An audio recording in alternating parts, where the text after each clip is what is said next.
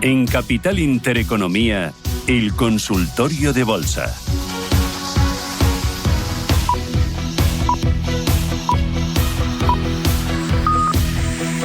Y 30 minutos de la mañana vamos a ir con el espacio de consultas con ustedes. 915 33 18 51. Si lo prefiere, teléfono de WhatsApp 609 22 47 16. Y como lo tiene el canal de YouTube de Radio Intereconomía para plantearnos sus dudas sobre mercados, sobre índices concretos, sobre valores.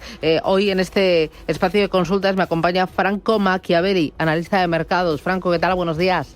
Bienvenido. ¿Qué tal? Muy buenos días, Susana. Encantado de estar aquí con vosotros. Oye, enseguida voy contigo, pero antes muy importante, ¿qué es lo que está pasando con Donald Trump y esos aranceles? Hoy empieza Trump a enviar cartas a partir de las 12 de la mañana, hora de Washington, 4 de la tarde, hora de europea, pero ahí la fecha que tenemos todos, y especialmente Europa, es el 9 de julio. Está a la espera Eva Villanueva de ese acuerdo con Trump y empresas y sectores concretos negociando por su cuenta. Bueno, de hecho, el mismo viernes lo contábamos en Bloomberg, cómo hay negociaciones en paralelo más allá de los estados, y citaba a Mercedes o Louis Vuitton Bloomberg apuntando como ellas mismas quieren despejar su horizonte. Pero si nos ceñimos a las negociaciones oficiales, la lectura es doble, depende de Washington o Bruselas en cuanto al punto de mira. Los funcionarios estadounidenses han declarado a Reuters que están logrando buenos avances con la Unión Europea después de que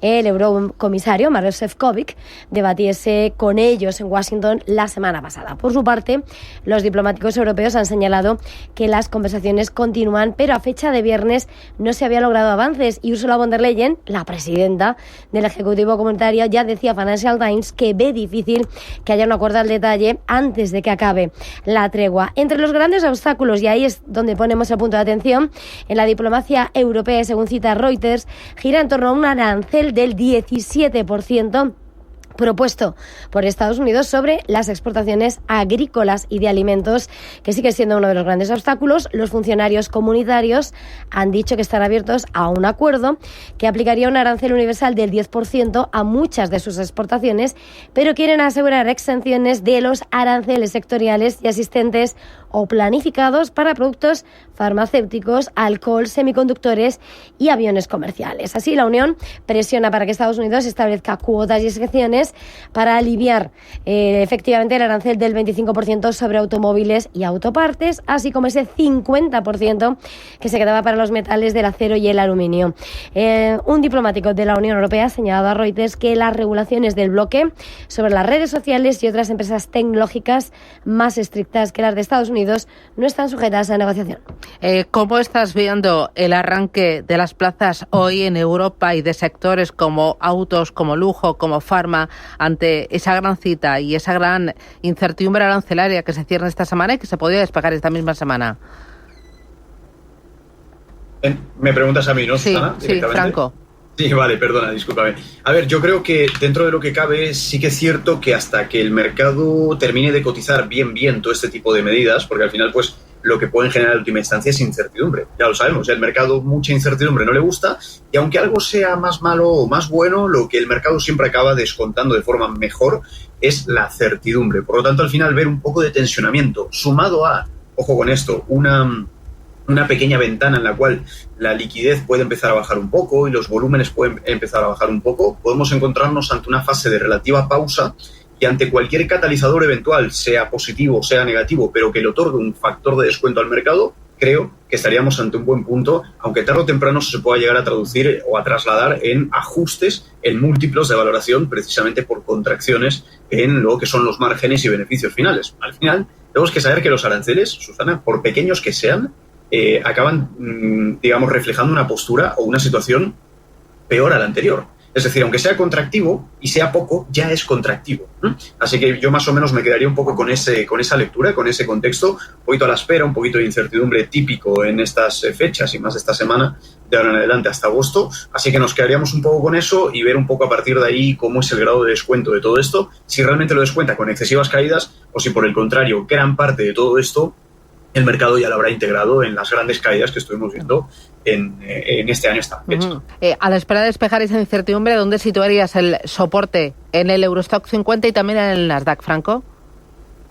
Bueno, a ver, realmente no se están comportando, creo que nada mal. De hecho, Europa se ha estado comportando muy bien en general. Cuando miramos, por ejemplo, Eurostoxx y estábamos viendo sobre todo que aguantó muy bien esos 4.500 puntos aproximadamente, pues más o menos tendríamos la referencia ahí. ¿Y por qué decimos que tendríamos la referencia ahí, Susana? Pues porque si nos damos cuenta, como estamos viendo en pantalla, el 4.500, que es el nivel que estamos señalando, fue el apoyo de toda esa gran caída que estuvimos viendo. Por lo tanto, no solamente apoyo, sino la referencia realmente a largo plazo. Por lo tanto, si este soporte aguantó todo lo peor, pues a priori que superase este nivel nos estaría hablando de que algo incluso peor a todo lo que el mercado ha estado intentando descontar hasta la fecha se llevaría a cabo, ¿no? Y en el DAX, en este caso, pues podríamos llegar a decir algo relativamente similar, nivel de 20.000 más o menos, confluencia de niveles de suelo, pues un poco más de lo mismo, Susana. Estos niveles han aguantado lo peor de lo peor hasta la fecha, entonces debería ocurrir algo sustancialmente más perjudicial para que estos soportes se vean rotos. Así que creo que un poco la barrera defensiva estaría en estos dos niveles, 20.800 para el DAX en este caso, y en este caso para el Eurostoxx los 4.500. Muy bien. Voy a ir con los oyentes 609 22 47 16, teléfono para mandar sus mensajes de audio o de texto. Empiezo con el primero. Hola, buenos días. Para el consultorio de bolsa quisiera saber los soportes que no deben perder ni el S&P, ni el Nasdaq, ni el DAX. Muchas gracias por su ayuda. Bueno, soy Fernando de Madrid. Soportes para el S&P 500, para el Nasdaq y para el DAX, Franco. Bueno, justo para el DAX lo acabamos de comentar, esos 20.800 son clave, y si nos vamos un poquito al S&P 500, pues estaríamos mirando, a ver, lo del S&P es un tanto curioso, ¿no? Porque ya estamos justamente en máximos históricos, venimos de un comportamiento muy vertical, de una recuperación casi en tiempo récord. Podríamos llegar a decir que fue de las caídas y recuperaciones de caídas más rápidas que hemos estado viendo hasta la fecha. No obstante, estaría prestando atención, Susana, a niveles un poco más diagonales, tanto en este caso en el Nasdaq como también en el S&P 500. Estamos hablando de los niveles clave de alrededor de 6.150. El hecho de consolidar estos niveles e incluso pudiendo llegar a reflejar algo de pausa, lateralidades, creo que es un buen tono en general el hecho de no estar perdiendo todos estos niveles. Por lo tanto, señalaríamos justamente ese nivel 6.150 aproximadamente, y el que no deberíamos perder bajo ningún concepto, porque ya creo que empeoraría bastante la situación, son los niveles de 5.950. ¿Por qué? Pues porque al final podemos llegar a tener algo de banda ancha para lateralizar y consolidar, pero perder estos niveles nos estaría hablando de una pérdida clara de los máximos históricos previos y al mismo tiempo de un cambio tendencial de toda la recuperación que hemos estado viendo desde abril en este caso, ¿no? Y bueno, para el Nasdaq, pues algo relativamente similar, nivel de 22.300 último grado de inclinación, y a partir de ahí 21.500, que sería el homólogo del nivel del S&P de acabar de confirmar un cambio tendencial. Por lo tanto, nos quedamos un poquito con estos niveles, que eran las barreras defensivas, como estábamos diciendo antes, ¿no? Voy con el siguiente de los oyentes, nota de audio. Buenos días, soy Enrique. Por favor, quisiera que el analista me dijera si es buen momento para entrar en Citigroup. Muchas gracias y un saludo. Citigroup para comprar. Bueno, a ver, lo ha estado haciendo bastante bien, tal y como estamos viendo justamente en la imagen, y de hecho creo sería relativamente optimista con el valor, sobre todo porque venimos de romper, Susana, unas lateralidades muy largas, muy extensas, y al final cuando un valor rompe lateralidades de este estilo, pues por lo general puede llegar a significar algo de fortaleza. ¿Qué ocurrió? Pues que ya lo rompió en su día. Como estamos dándonos cuenta en pantalla, ya lo llegó a romper en su momento, y al final en lo que se acabó, digamos, traduciendo fue en una contracción. Estamos hablando de esta rotura clave que estamos señalando ahora mismo en pantalla. Luego vimos esa contracción de nuevo a la baja, pero logramos aguantar niveles. Eso nos habla de forma implícita de una fortaleza en el valor, de esas pautas de máximos y de mínimos que son crecientes. Por lo tanto, muy buen tono en Citigroup en general, y en cualquier caso estaríamos mirando pues la referencia de lo que acabo de decir. Esos últimos mínimos también pueden llegar a ser un soporte importante para vigilar, sobre todo de cara al corto y al medio plazo, y la no pérdida de este nivel pues al final nos mantendría un poco en ese relativo sesgo alcista y de mantención de lo que vendría a ser estructuras. Estamos hablando del nivel de 56, algo alejado del nivel actual, pero que actuaría también como barrera defensiva e incluso hipotético throwback a la resistencia rota previamente de la lateralidad, ¿no? Vale, dice uno de los oyentes a través del canal de YouTube, buenos días, Marisa, ¿ve buen momento para entrar en Airbus y en SAP, SAP? Airbus y SAP. SAP siempre me ha gustado mucho SAP en este caso. Es una compañía, bueno, de hecho es todo el motor del DAX a veces cuando lo miramos de forma detenida, ¿no? Pero yéndonos a Airbus fue una de mis favoritas. Susana, hace ya un tiempo, creo, si no recuerdo mal, finales del año pasado más o menos, que lo comentábamos en consultorios y luego a principios de año también, que estuvimos siendo muy pesados con Airbus, pero se ha comportado bastante bien porque estábamos hablando justamente de ese nivel clave de 130, más o menos. Y dentro de ese nivel clave, si prestamos atención a un detalle que no es un detalle menor, honestamente, es un poco la consolidación que empezó a formar en ese nivel de suelo. Claro, es un gran nivel de suelo, pero a partir de ahí vemos una consolidación. Cuando rompimos 140, fue una señal bastante importante, bastante clave. A partir de ahí vimos retroceso, vuelta a ver un rebote y ahora estamos en un nuevo máximo. ¿Cómo se interpreta, cómo se lee todo esto por hacer una síntesis general? Pues muy buen tono porque estamos manteniendo la rotura constante de máximos o de nuevos máximos crecientes en este aspecto, ¿no? Por lo tanto, podríamos llegar a decir algo similar a lo que estábamos diciendo Citigroup en términos técnicos, y es prestar atención al último nivel de suelo como barrera defensiva. Hablamos de 130. ¿Algo distanciado del precio actual? Sí, pero actúa también como esa barrera de defensa que estamos diciendo justamente ahora. Pero muy buen tono Airbus, esperemos que continúe igual en ese aspecto. Y luego la parte de SAP también, que honestamente, como decía antes, ¿no? Siempre ha sido muy buena compañía a nivel global, a nivel de valor intangible, patentes, cuota de mercado fundamentales. Y esto no hace otra cosa que ratificarlo. Démonos cuenta que todo el pánico vivido por la guerra comercial castigó a muchísimas compañías, ya ha recuperado gran parte de todo esto y actualmente mantiene lo que vendría a ser una estructura de querer empujar hacia nuevos máximos. Digo querer empujar porque toda la estructura previa, que era una estructura correctiva de máximos y de mínimos decrecientes, ya ha terminado, ya nos estamos dando cuenta cómo van girando precisamente los factores estructurales del movimiento. Por lo tanto, esto sumado a un gran apoyo tendencial macro de tendencia primaria, que estamos hablando precisamente del nivel de 220, nos hace pensar y nos hace ser optimistas con el valor, por su fortaleza fundamental, por su fortaleza estructural en términos técnicos y por básicamente todo el arrastre y el acompañamiento del fondo de mercado, que ya parece que quiere dejar atrás un poco los episodios de peor pánico que hemos estado viendo hasta la fecha. Muy bien. Voy con otra de las consultas a través del canal de YouTube de Radio Intereconomía. Nos pregunta Martínez, buenos días, ¿me podría comentar el analista cómo ve Novo Nordisk y también Iveco? Ambas son para largo plazo, gracias. Novo Nordisk e Iveco. Novo Nordisk, el ticker es N de Navarra, O de Orense, V de Valencia, de Alicante, Iveco, I de Italia, V de Valencia, hija de Gerona. Ok, pues si nos damos cuenta, Susana, démonos cuenta que Novo Nordisk, bueno, de hecho es una compañía excelente, es una compañía muy buena. Si miramos los fundamentales, más de lo mismo. Pero cuando una compañía cae tanto, por lo general le suele entrar mucho miedo a los inversores, y es cuando precisamente mejor debería estar valorada en términos técnicos y en términos fundamentales por la mayoría de nosotros. Si no se ha roto nada a nivel fundamental, aunque bueno, evidentemente ha tenido algún que otro bache, algún episodio de incertidumbre que le podía llegar a restar algo de beneficio o comprimir algunos múltiplos, no es algo malo necesariamente. Venimos de un drawdown espectacular en Novo Nordisk. Estamos hablando de un drawdown del 60%, uno de los mayores hasta la fecha, si no me equivoco, pero al mismo tiempo estamos viendo que mantiene muy bien los niveles primarios, los niveles técnicos, y al final este tipo de tendencias, que además no es por nada, pero ya parecen haber mostrado algo de demanda, ya parecen haber mostrado algo de suelo, algo de soporte. De hecho, estamos viendo que desde el nivel clave que estamos señalando, que está ubicado en 50, la acción ya ha rebotado un 40%. ¿Qué nos haría falta? Pues básicamente cambiar toda la tendencia bajista que trae de muy corto plazo. Es decir, para que lo entienda cualquier oyente, estamos en el largo plazo con una tendencia alcista fenomenal, pero en el corto plazo nos estamos encontrando ante una tendencia bajista correctiva. ¿Qué nos haría falta? Pues romper, a poder ser con un poquito de volumen, la zona de 70. Si rompiésemos 70, sumado a todo el factor que estábamos hablando precisamente antes, pues estaremos hablando de muy probablemente una muy buena oportunidad para mantener Novo Nordisk en cartera durante además mucho tiempo. Y si nos vamos a Iveco en este caso, pues muy buen tono, algo distinto, nada que ver en este caso a Novo, no ha tenido tanto drawdown, no ha sido muy penalizada y de hecho mantiene estructuras relativamente limpias a nivel técnico, a nivel estructural, se mantiene muy bien en la parte de altos, probablemente un pelín sobrecomprada al estar ahora justamente en la parte alta del canal. Eso significaría que a lo mejor cualquier eventual apoyo, el nivel de 13 más o menos, 13 euros por acción o incluso eventualmente 10 euros por acción, nos haría pensar en que probablemente estaríamos ante la oportunidad de sumarnos a un muy buen tren alcista de una buena compañía realmente que lo está haciendo bastante bien,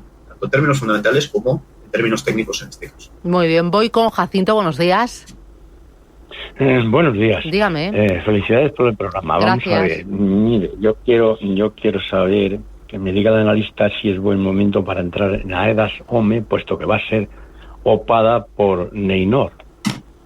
Y además da un buen dividendo. Muy bien. Pues nada, le contamos. Muchísimas gracias. Un abrazo. Y bueno, y también Neynor. Vale. O sea, Neynor, si es buen momento para entrar en las dos. Muy bien, pues se lo contamos. Gracias. Gracias. Un abrazo, adiós. ¿Qué dices? Muy bien, pues a ver, en AEDAS, lo que comentaríamos, Susana, lo viene haciendo dentro de la CAE bastante bien. Lo que me gusta de este tipo de valores son dos cosas, realmente, Susana, como mínimo en términos técnicos. Y es el hecho de, primero, haber superado una gran resistencia, tal y como estamos viendo justamente en pantalla, el hecho de superarla y además el hecho de estar consolidando en momentos actuales. Creo que está muy bien para los típicos que a veces se les escapa, ¿no? Un breakout, una rotura importante, pues qué mejor que el valor te diga, oye, me quedo un rato por aquí para ver si te sumas, ¿no? Eso como mínimo en términos técnicos. Y luego si le sumamos un factor más bien de fondo de mercado a nivel técnico, pues un poco que mantenemos todo lo que vendría a ser estructuras alcistas. Entonces, si mantenemos estructuras alcistas, venimos de romper máximos previos, una resistencia bastante importante en su historia, y además estamos consolidando, pues esto nos llevaría a vigilar básicamente dos niveles, 21, 22 por acción, y a partir de ahí 27. Es un poco el techo y el suelo de toda la consolidación actual que estamos viendo. Por el contrario, la pérdida de nivel de 17 nos haría pensar en que probablemente el valor podría llegar a volver a entrar, en este caso, a todo ese terreno tan lateral que de hecho ha estado pues durante los últimos años. El otro valor, si no recuerdo mal, Neynor, sí.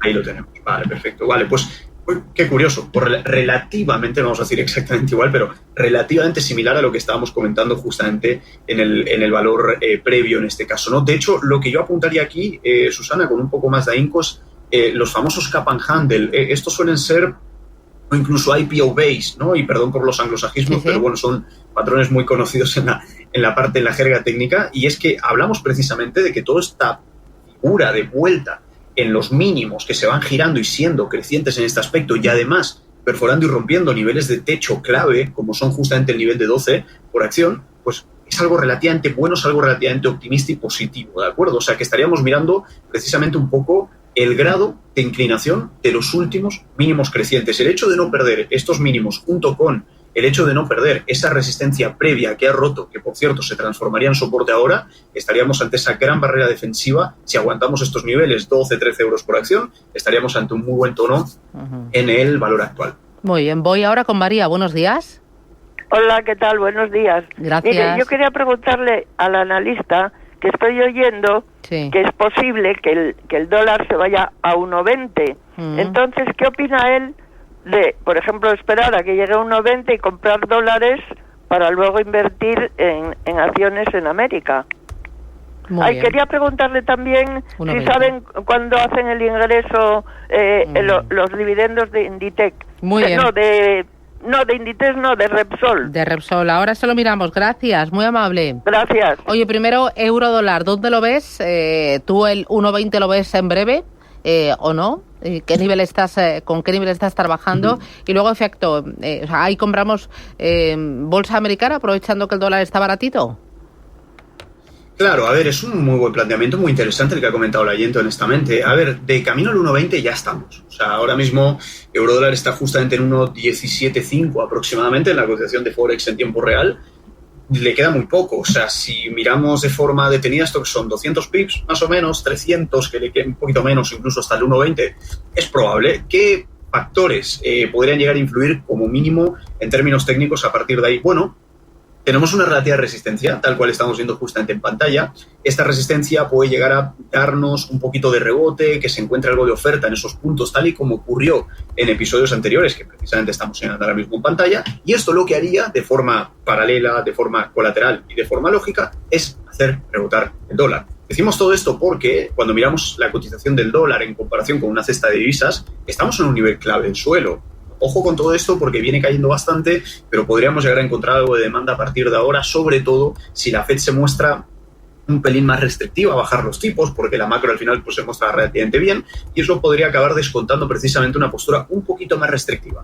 Esto, junto a otros factores, podría hacernos ver el dólar un un ligerito rebote, no sabemos cuándo exactamente, pero un ligero rebote que se sume precisamente a la parte técnica. Y esto encaja muy bien con lo que decía el oyente, un euro-dólar llegando a 1,20, un euro-dólar rebotando a la baja, y en este caso un dólar, por consecuencia lógica, rebotando al alza en estas.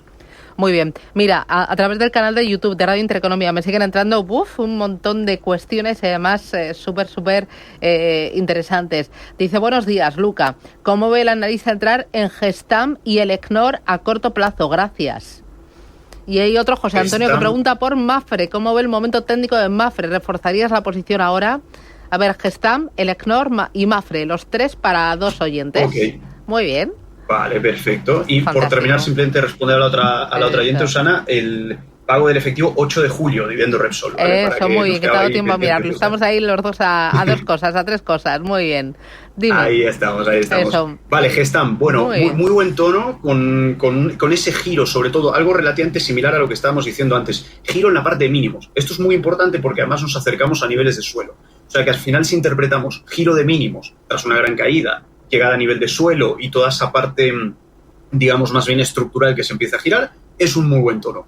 ¿Dónde estaríamos mirando a partir de ahora? Porque viene de sufrir bastante. Bueno, niveles de techo que ahora mismo se transformarían en suelo y que serían niveles intermedios y que confluirían en este aspecto 3 suelos. ¿Cuáles son? Nivel de media móvil, nivel de suelo redondo, que era el que estábamos comentando anteriormente, y nivel de suelo, en este caso horizontal, que es la resistencia rota previamente. Si Gestamp aguanta bien el nivel de 2,8, no nos costaría demasiado ver como mínimo una llegada al 3,4 aproximadamente, que sería un nuevo alto dentro de su cambio y giro estructural. Y si nos vamos en este caso a Elecnor, pues también dentro de lo que cabe muy buen tono, viene con un tono alcista bastante vertical, honestamente, y cuando algo sube de forma tan vertical como lo que hemos estado viendo precisamente en Elecnor, lo conveniente, lo más saludable en este aspecto es precisamente prestar atención a los últimos grados de inclinación, últimos grados de subida, que como nos estamos dando cuenta, cada vez en este aspecto son más y más verticales. Nivel clave para vigilar en Elecnor, pues estaríamos hablando precisamente más o menos de ese nivel de 16,5. Si no lo perdemos, todo bien. Si lo perdemos, nos podemos acercar al nivel de 11, que es el nivel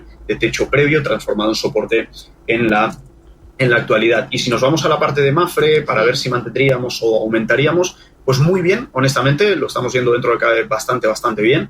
Algo de retroceso creo que no sería de extrañar, la acción lo viene haciendo muy bien, pero a veces para sanear subidas tan verticales no suele ser algo negativo el hecho de retroceder un pelín. Viene de romper al alza un propio canal alcista, Susana. Estamos hablando de pautas de aceleración precisamente cuando nos encontramos ante un aspecto como ese. ¿Qué ocurre si retrocede? Bueno, un gráfico diario, media móvil de 200, 2,8, buen nivel de suelo para que tome algo de descanso, de demanda y de apoyo, y a partir de ahí, si la cosa continúa bien, pues no descartaríamos nuevas posibles subidas. El peor de los escenarios sería llegar hasta 2,4, pero el peor sería romperlo. Por lo tanto, si no lo rompe, barreras defensivas 2,8 y 2,4, 2,3 más o menos para Mapfre en este aspecto. Muy bien. Mira, otra de las consultas a través del WhatsApp 609 22 47 16. Buenos días. Quisiera saber si es buen momento para comprar oro. Gracias. ¿Oro comprarías? Siempre y más en la actualidad, sobre todo, Susana, porque al final, a ver, sí que es cierto cuando miramos un poquito que la pauta geoestratégica pues a veces se relaja un poquito más, a veces se tensiona un poquito más, y sí que es cierto que hemos estado viendo el oro en un episodio un poco más bien lateral últimamente, ¿no? Estamos viendo brillar small caps, todo lo que es risk on, todo lo que es high beta está subiendo mucho y ahora mismo el oro se está tomando un descanso. Creo que es normal, viene de subir muchísimo, pero no por eso lo descartaríamos como idea de inversión, sobre todo de cobertura ante un aumento de la liquidez global, un aumento de la masa monetaria brutal, sin precedentes, y todo lo que se viene ahora encima con la Big Beautiful Bill, en este caso Donald Trump. Ya sabemos lo que va a acabar ocurriendo y cómo eso deriva en el oro. ¿Lateralidad en el punto actual? Sí. ¿Hipotética posible rotura de la última pauta más vertical en subida que hemos estado viendo? También. ¿Posible nivel de apoyo que vigilaríamos? 2.990. ¿Por qué? Porque es un, digamos, segundo apoyo técnico diagonal muy importante, que es un poco el que ha marcado el rumbo de las últimas subidas, y además coincidente también con media móvil de 200 en gráfico diario. Así que un descansito, teniendo en cuenta la lateralidad actual hasta esos niveles, estamos hablando de una caída adicional en agregado del 10%. Tiene margen incluso para corregir un 10%. ¿Lo descartaríamos como idea? En absoluto. Yo en lo personal considero que es una gran apuesta, sobre todo a largo, teniendo en cuenta independientemente de la lateralidad que estemos viviendo en el presente, ¿no? Por lo tanto, 2.990, nivel clave que estoy girando el oro en la pauta de consolidación. Vale, uno más a través del canal de YouTube. Mira, pregunta por Santander. Dice, estoy bajista en Santander en 7,10 y stop en 7,25 por arriba. ¿Lo pondría algo más arriba para asegurarlo o no? Bajista claro, en 7,10. Es que 7,20. Claro. Sí, bajista en 7,10. Y a ver, estamos 7,25 tal como señalamos en pantalla, más o menos. Es justo por encima del alto previo. A ver, sí que es cierto, yo aquí veo un factor, Susana, evidentemente luego cada uno que tome sus decisiones. Estamos yendo bajistas en un valor que está subiendo, ¿vale? Estamos yendo bajistas en un valor que está subiendo, estamos yendo bajistas en un valor que se encuentra como mínimo justificación para ir corto, como mínimo, vuelvo y repito, pero vas con la tendencia en contra, es que estás en la parte alta del canal. Estando en la parte alta del canal puede eventualmente ofrecer alguna corrección, pero vuelvo y repito, vas con la tendencia en contra. Eso por un lado, y luego, en segundo lugar, lateralidad. Estamos viendo que está consolidando en el momento actual, en la parte alta del canal alcista. Creo que ir corto justamente ahora, a lo mejor podría llegar a ser más conveniente ir corto si acotamos esta lateralidad, señalamos el nivel de suelo y vemos una rotura del mismo. En el momento en el que viésemos una rotura a nivel de suelo, podemos tener un poco más la estadística técnica de nuestro lado. Pero ahora mismo estamos en la parte alta, ojo con esto, del canal, y en la parte alta de esa consolidación, que se ubica en la parte alta del canal en nivel macro. Por lo tanto, me quedaría un poquito justamente con eso. 7,25 ajustadito, está justo por encima del alto previo. Me quedaría más bien con una rotura del 6,8 para acabar de asegurar ese sesgo bajista, pero mucha fortuna igualmente al oyente en este aspecto. Muy bien, estupendo. Franco Machiavelli, analista de mercados hoy, muchísimas gracias por ayudarnos, por enseñar a los oyentes tus gráficos a través de nuestro canal de YouTube. Y nada, que tengas buen día y felices Sanfermines. Un abrazo fuerte. Gracias. Gracias. Adiós. Gracias, Susana, igualmente. Gracias.